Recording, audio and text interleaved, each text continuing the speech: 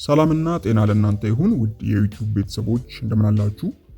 ዛሬ እንግዲህ እንደተለመደው በሌላ ጠቃሚ የጤና መረጃ መጥቻለሁ። ዛሬ በዚህ ቪዲዮ ላይ እንግዲህ ስለ ጥቁር አዝሙድ ነው የምንመለከተው።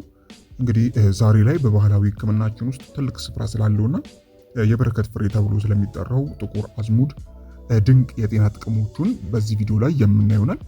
ጥቁር አዝሙድ እንግዲህ በመካከለኛው ምስራቅ በእስያና በዚሁ በአፍሪካ ለዘመናት ጥቅም ላይ የዋለ ሲሆን በአሁኑ ወቅትም በርካታ ሳይንሳዊ ምርምሮች እንግዲህ ውጤታማነቱን እያረጋገጡለት ይገኛሉ።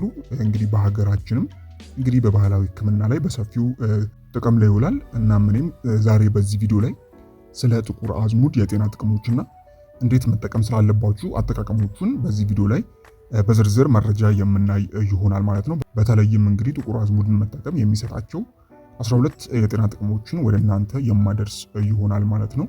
እንግዲህ ከዛ በፊት ሁላችሁም ይህንን ቪዲዮ ላይክ በማድረግ ጀምሩ። እንዲሁም ለዚህ አስተማሪ ቻናል አዲስ ከሆናችሁ ሰብስክራይብ ማድረግ እንዳይረሳ። አሁን እንግዲህ በቀጥታ ወደ ጉዳይ ሳልፍ ጥቁር አዝሙድ ዋና ዋና ከሚሰጣቸው የጤና ጥቅሞች ይጀምራለሁ። ከዛም እንግዲህ ወደ መጨረሻ ላይ አጠቃቀሞቹን የምነግራችሁ ይሆናል ማለት ነው።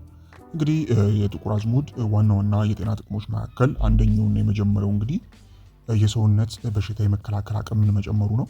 እንግዲህ ጥቁር አዝሙድ በውስጡ የያዛቸው አንቲኦክሲደንቶች ሰውነታችንን ልዩ ልዩ በሽታ አምጪ ተዋሲያን የመቋቋም አቅሙን እንዲያጎለብት ወይም ደግሞ እንዲጨምር ይረዳሉ።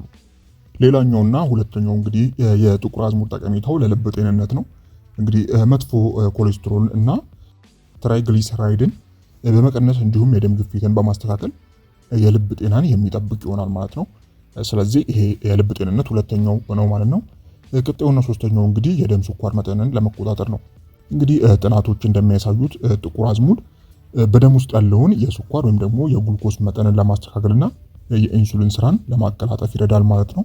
ቀጣዩ እንግዲህ የሰውነት መቆጣትን ወይም ደግሞ ኢንፍላሜሽን የሚባለውን ነገር የመቀነስ አቅም አለው ጥቁር አዝሙድ። በውስጡ ያሉት ጠቃሚ ንጥረ ነገሮች ለተለያዩ ስር የሰደዱ በሽታዎች ምክንያት የሚሆነው የሰውነት መቆጣት ለመቀነስ የሚረዳ ይሆናል ማለት ነው። ሌላኛውና አምስተኛው የጥቁር አዝሙድ ጠቀሜታ እንግዲህ ለመተንፈሻ አካላት ጤንነት ነው። እንደ አስም፣ አለርጂና የመተንፈሻ አካላት ችግሮችን ለማስታገስ ወይም እፎይታ ለመስጠት በባህላዊ ሕክምና ውስጥ በስፋት ጥቅም ላይ ይውላል።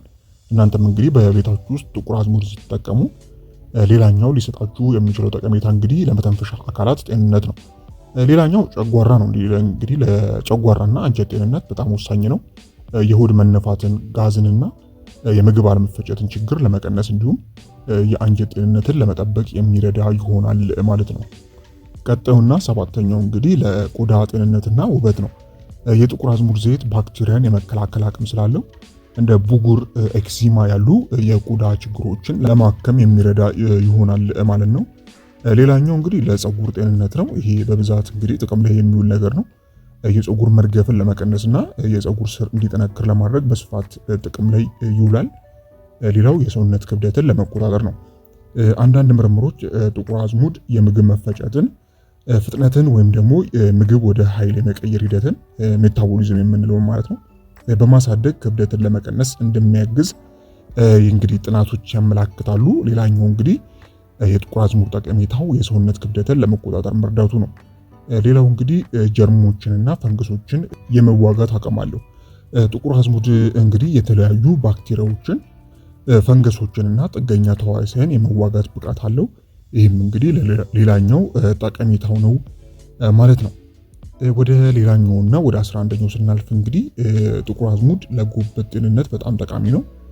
ጉበታችን ከተለያዩ መርዛማ ነገሮች እና ከጉዳት እንዲጠበቅ ከፍተኛ ድጋፍ የሚያደርግ ይሆናል ማለት ነው።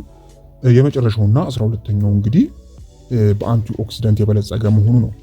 እንግዲህ ጥቁር አዝሙድ የሰውነታችንን ሴሎች በተለያዩ ምክንያቶች እንዳይጎዱ የሚከላከሉ ንጥረ ነገሮች በከፍተኛ መጠን ስለያዘ ይህም እንግዲህ ሌላኛው ሰውነታችን ከበሽታ የመከላከል አቅሙ ከፍ እንዲል የሚያደርግ ይሆናል ማለት ነው። እንግዲህ ዋና ዋና የሚባሉ የጥቁር አዝሙድ እንግዲህ በጣም ብዙ ጠቀሜታዎች ቢኖሩትም ዋና ዋና የምንላቸው እንግዲህ 12 ናቸው ማለት ነው። እነዚህም እንግዲህ ሰውነት እንግዲህ የሰውነታችሁን የበሽታ የመከላከል አቅሙን ይጨምራል። ለልብ ጤንነት የሚረዳ ይሆናል። የደም ስኳር መጠንንም ለመቆጣጠር ይጠቅማል። የሰውነት መቆጣት ወይም ደግሞ ኢንፍላሜሽንን ይቀንሳል። ለመተንፈሻ አካላት ጤንነት ደግሞ በጣም እጅግ ወሳኝ ነው። እንዲሁም ለጨጓራና አንጀት ጤንነት፣ ለቆዳ ጤናና ውበት፣ ለፀጉር ጤንነት፣ የሰውነት ክብደትን ለመቆጣጠር፣ ጀርሞችንና ፈንገሶችን ይዋጋል።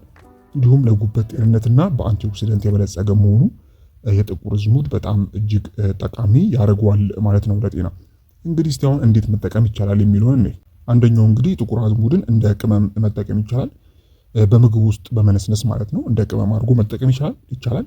ሌላው እንደ ሰፕሊመንት ነው። የጥቁር አዝሙድ ዘይትን በትንሽ መጠን መጠጣት ወይም ደግሞ በምግብ ውስጥ በመጨመር መጠቀም ይቻላል። ለቆዳና ለፀጉር ሲሆን ደግሞ ዘይቱን በቆዳ ወይም ደግሞ በፀጉር ላይ መቀባት ትችላላችሁ። የተለያዩ አሉ በቅባትና ቆዳ ወይም ደግሞ በፀጉር ቅባት መልክ ይሰራሉ። እንደዛም መጠቀም ይቻላል። ሌላው ከፈሳሽ መጠጥ ጋርም መጠቀም ይቻላል። ለምሳሌ በሻይ ውስጥ በመጨመር ወይም ከማር ጋር በመቀላቀል መጠቀም የምትችሉ ይሆናል ማለት ነው። እንግዲህ በተለይ ግን እንደ ቅመምና እንደ በዘይት መልክ በጣም ወሳኝ ይሆናል። ለፀጉራችሁና ለቆዳችሁ ከሆነ ደግሞ በዘይት መልክ መጠቀም የምትችሉ ይሆናል ማለት ነው። እንግዲህ ጥቁር አዝሙድን ስትጠቀሙ ልታስቡባቸው ከሚገቡ ጉዳዮች መካከል እንግዲህ በርካታ የጤና ጥቅሞች ቢኖሩትም በጤና ባለሙያዎች የታዘዘላችሁ መድኃኒት በጭራሽ የሚተካ አይደለም። ማንኛውም የእጽዋት ውጤት ወይም ደግሞ ሄርባልን መጠቀም ከመጀመራችሁ በፊት በተለይ ደግሞ ነፍሰ ጡር ከሆናችሁ ወይም ደግሞ የምታጠቡ ከሆነ ወይም ቋሚ መድኃኒት እየወሰዳችሁ ከሆነ መጀመሪያ ሐኪም ማማከር አስፈላጊ ነው ማለት ነው። እንግዲህ ውድ ቤተሰቦች ለዛሬ ይሄ ነበረ አጠር ያለ መረጃ ነው ያዘጋጀሁላችሁ። እንግዲህ ጠቃሚ መረጃ እንዳገኛችሁበት ተስፋ አደርጋለሁ። ከዚህ ጋር ተያይዞ እንግዲህ ሀሳብ፣ አስተያየት እንዲሁም ጥያቄ ካላችሁ በታች በኮሜንት ማስፈሪያው ላይ ማስቀመጥ የምትችሉ ይሆናል ማለት ነው። እስከ ቪዲዮ ፍጻሜ አብራችሁኝ ስለነበራችሁ እጅግ በጣም አመሰግናለሁ። ፈጣሪ ያክብርልኝ። በቀጣይ እንግዲህ በሌሎች ቪዲዮዎች የምንገናኝ ይሆናል። እስከዛው በያላችሁበት ፈጣሪ ሰላሙን ያብዛላችሁ። ደህና ሁኑ። ቻው